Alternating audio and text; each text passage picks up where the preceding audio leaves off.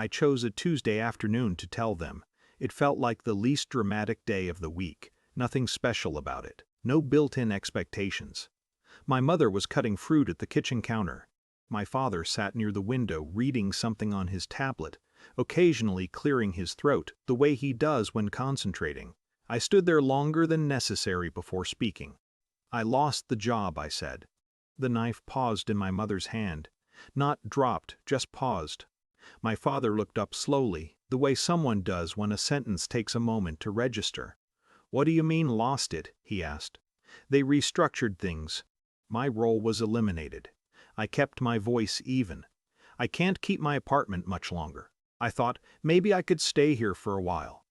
It wasn't a performance. I didn't act desperate. I simply removed the one thing that had always made them comfortable around me, the salary.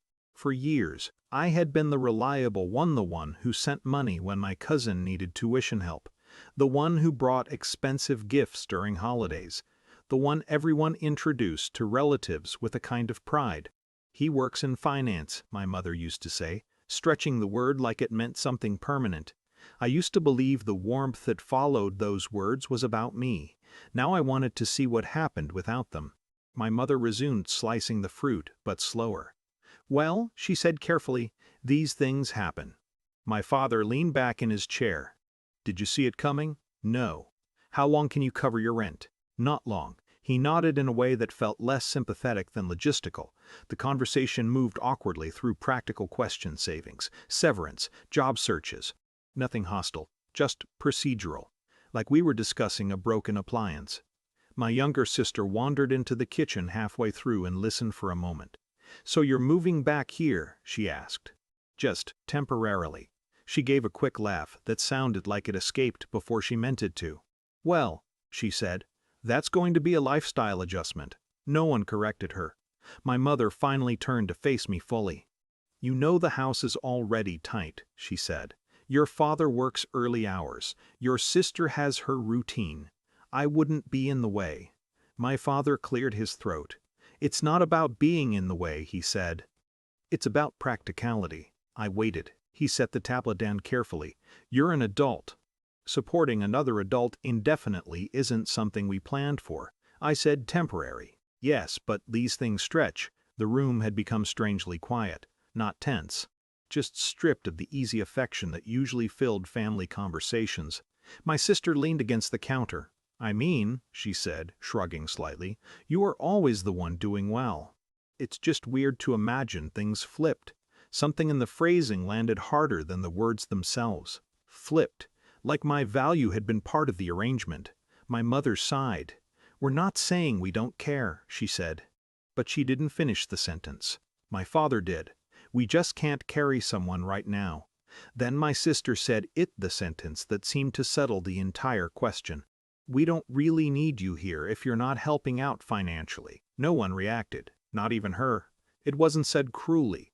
It sounded almost practical, like commenting on a budget line. The silence that followed wasn't explosive, just heavy. I nodded once. "I understand." My mother looked briefly uncomfortable, but she didn't argue. My father picked up his tablet again. The conversation drifted into smaller topics: job markets, rising costs, people who bounce back, advice offered without commitment.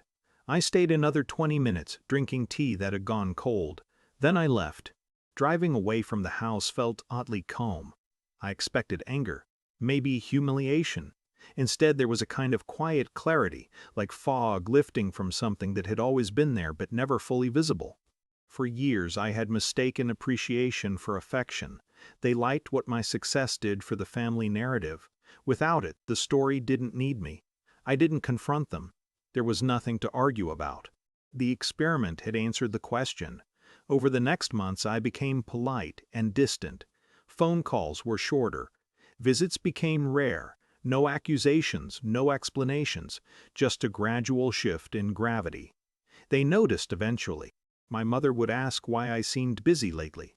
My father would mention how long it had been since I stopped by. I always answered calmly, "Work has been intense," which technically was true. About 6 months later, the company I worked for announced a major internal promotion cycle. My name appeared in the press release alongside a few others.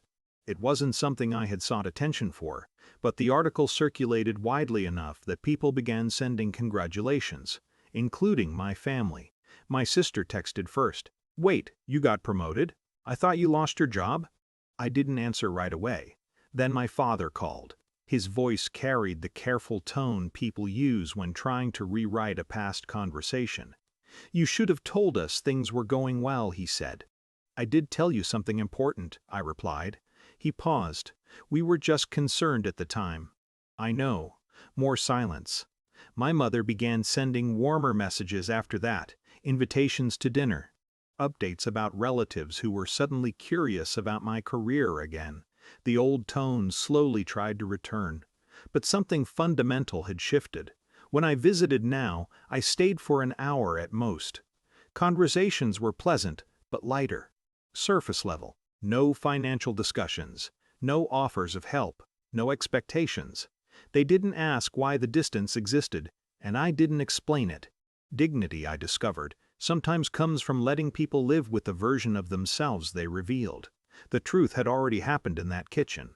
Nothing louder was necessary. Life moved forward. My work continued to grow. My circle became smaller but more deliberate. Relationships built on something steadier than usefulness. My family remained part of my life, just no longer at the center of it. And strangely, that quiet rearrangement felt less like loss and more like finally standing in the right place.